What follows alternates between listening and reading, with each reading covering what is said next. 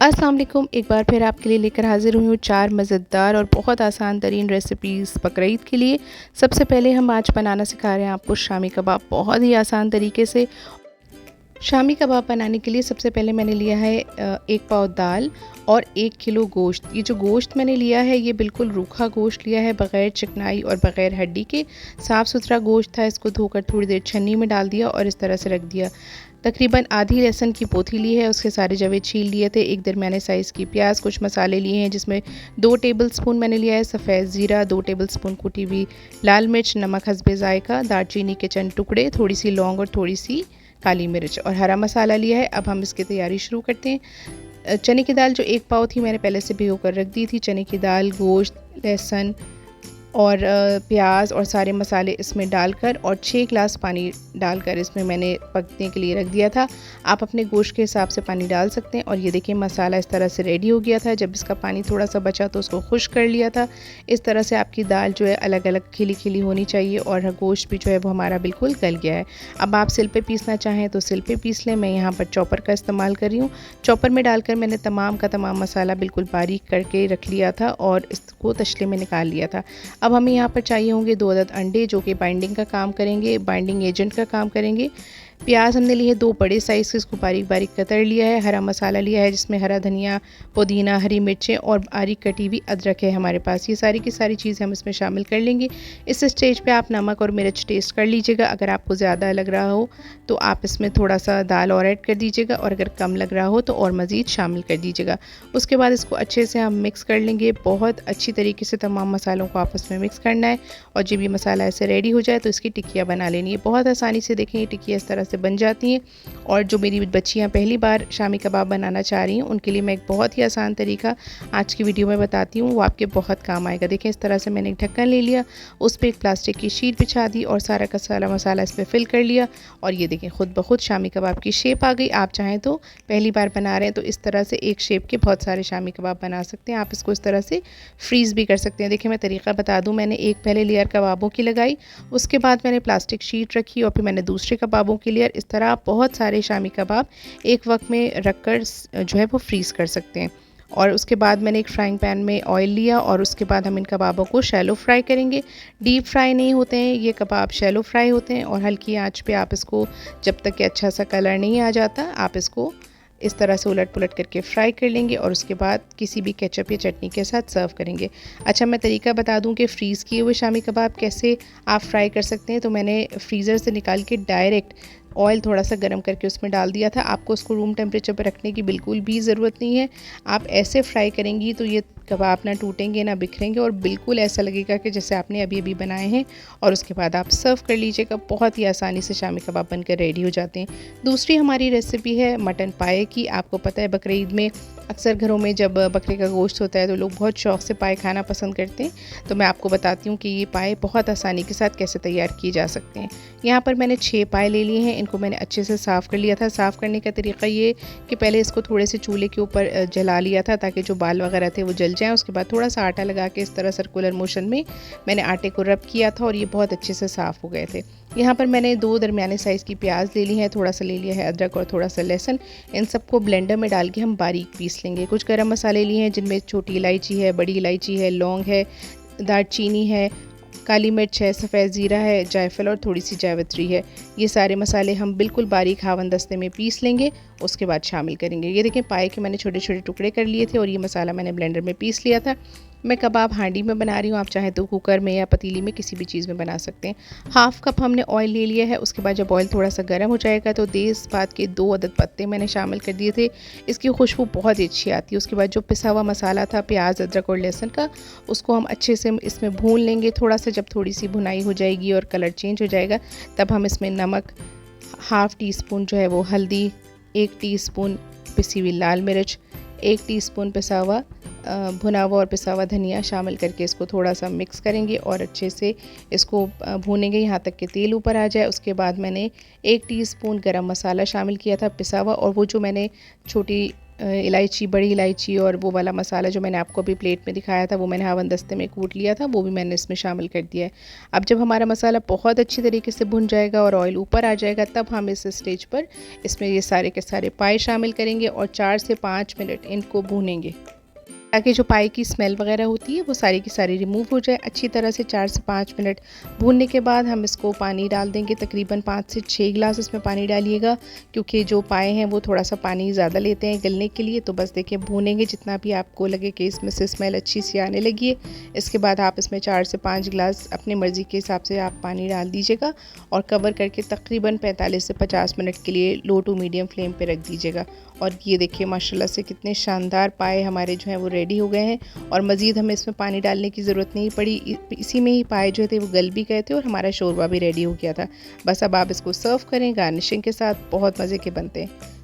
Third recipe हमारी दम के कीमे की है, जिसको बनाना भी अगेन बहुत ही आसान है। आपके घर में बकरीद की दावत हो तो ये ज़रूर बनाइएगा। 1 किलो मैंने यहाँ पर कीमा ले लिया है, थोड़ी सी चिकनाई के साथ। हड्डियाँ तो ज़ाहिर कीमे में नहीं होती हैं, बस सिर्फ चिकनाई लीजिएगा। उसके बाद 2 टेबलस्पून अदरक और 2 टेबलस्पून लहसुन लेके मैंने इसको इसमें डाल लिया है। 1 दालचीनी का टुकड़ा, 2 बड़ी इलायची, 3 छोटी इलायची, थोड़ा सा जायफल और थोड़ा सा मैंने लौंग ली है, उसको मैंने बारीक बारीक पीस लिया है और इसको इसमें शामिल कर लिया है।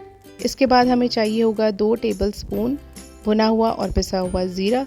2 टेबलस्पून हमें चाहिए होगा भुना हुआ, तवे पे रोस्ट करके मैंने इसको बारीक पीस लिया था, ये साबित धनिया है, इसको भी शामिल कर देंगे। कुछ मसाले इसमें जाएंगे, जिसमें सबसे पहले जाएगा 1 टेबलस्पून नमक, क्योंकि 1 किलो कीमा है तो मैं 1 टेबलस्पून नमक इसमें शामिल कर रही हूँ। आप अपने टेस्ट के अकॉर्डिंगली शामिल कर लीजिएगा। पिसी हुई लाल मिर्च जाएगी 1 टीस्पून, हाफ़ टी स्पून मैंने इसमें शामिल की है। कुटी हुई लाल मिर्च आप 1 टीस्पून भी डाल सकते हैं। मैंने इसमें शामिल की है कश्मीरी लाल मिर्च 1 टीस्पून। ये तेज़ नहीं होती है, सिर्फ कलर बहुत अच्छा आता है, तो आप ये डाल लीजिएगा।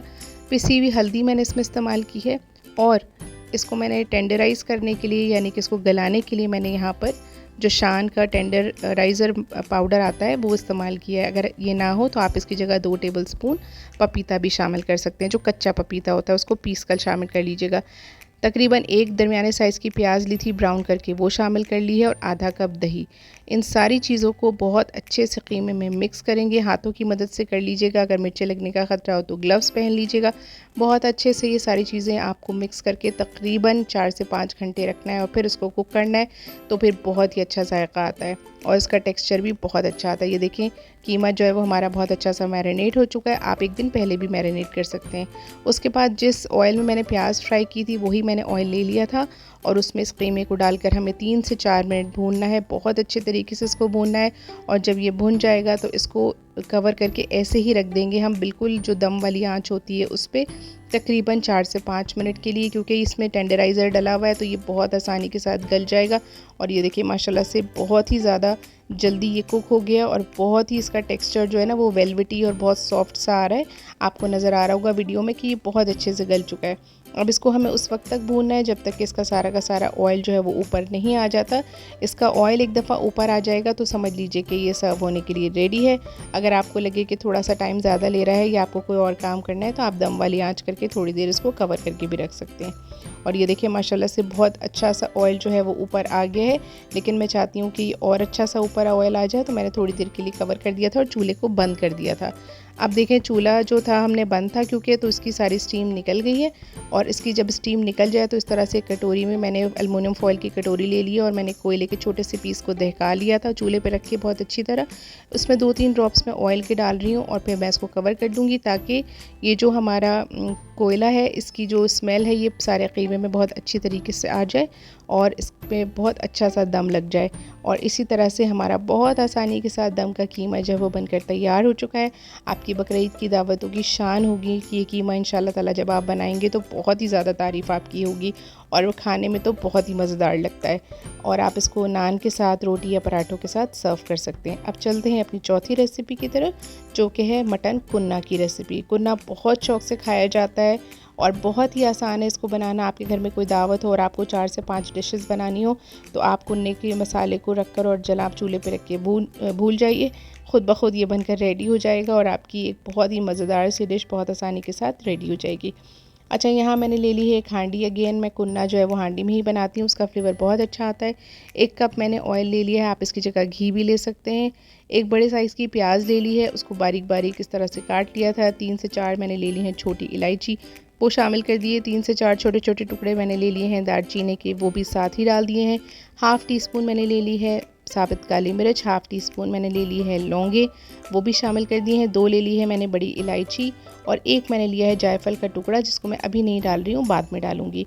ये तमाम खड़े मसाले मैंने प्याज के साथ अच्छे से ऑयल में फ्राई कर लिए थे और इसको देखें बहुत ज़्यादा नहीं पकाना है, इसको ब्राउन नहीं करना है, बस इसका हल्का सा कलर चेंज हो जाए और जो आपके साबित गरम मसाले हैं उनकी खुशबू आने लगे, उसके बाद हम इसमें कुटा हुआ अदरक और लहसुन डाल देंगे। कुटा हुआ डालेंगे साबित फ्रेश, तो बहुत ही अच्छी खुशबू आती है कुरने में। तो आप अगर आपके पास अवेलेबल हो तो आप फ्रेश ही डालिएगा। यहाँ पर मैंने 1 किलो गोश्त ले लिया है बकरे का, हड्डियों के साथ, और 2-4 पाए भी इसमें ऐड करवा लिए थे ताकि कुन्ने का जो फ्लेवर है और उसका जो शोरबा है वो बहुत ही ज़ायक़ेदार तैयार हो। तो ये सारा का सारा गोश्त और जो पाए हैं वो मैं हांडी में डाल दूँगी। अच्छा, ये जो मेरा गोश्त था ना, ये फ्रेश नहीं था, मैंने 2 दिन पहले मंगा के फ्रीज़र में रख लिया था और फ्रीज़र से निकालने के बाद मैं इसको डाल रही हूँ।